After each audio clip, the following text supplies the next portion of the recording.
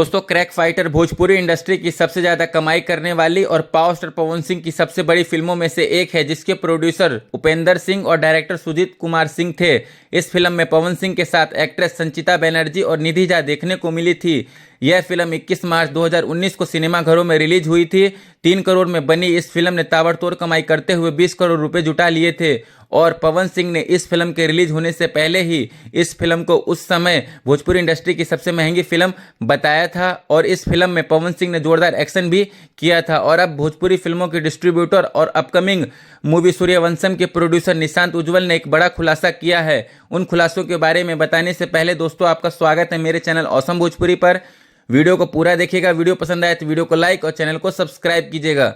दोस्तों, हाल ही में हर हर गंगे मूवी को सिनेमाघरों में लगे हुए 50 दिन पूरे हो गए हैं और फिल्म अभी भी मुंबई और गुजरात के कुछ सिनेमाघरों में लगी हुई है और अगले सप्ताह में बेंगलोर के सिनेमाघरों में लगने वाली है।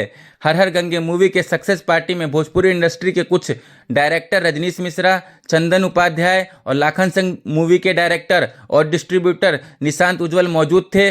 वहां निशांत उज्ज्वल ने बताया कि हर हर गंगे मूवी से पहले क्रैक फाइटर ही वो मूवी थी जो 100 दिनों तक सिनेमाघरों में चली थी। और सबसे हैरान करने वाली बात तो यह है कि सपना आरा और शंकर टॉकीज सीतामढ़ी सिनेमाघरों में क्रैक फाइटर मूवी 100 दिनों तक लगातार चली थी। साथ ही साथ उन्होंने यह भी कहा कि हर हर गंगे मूवी को नेशनल अवार्ड के लिए भेजना चाहिए, क्योंकि इस मूवी की स्टोरी लाइन बहुत अच्छी है जो कि सामाजिक मुद्दों पर बनाई गई फिल्म है। और डायरेक्टर चंदन उपाध्याय ने भी कहा कि नेशनल अवार्ड में भेजने के बारे में वो प्रोड्यूसर से जरूर बात करेंगे।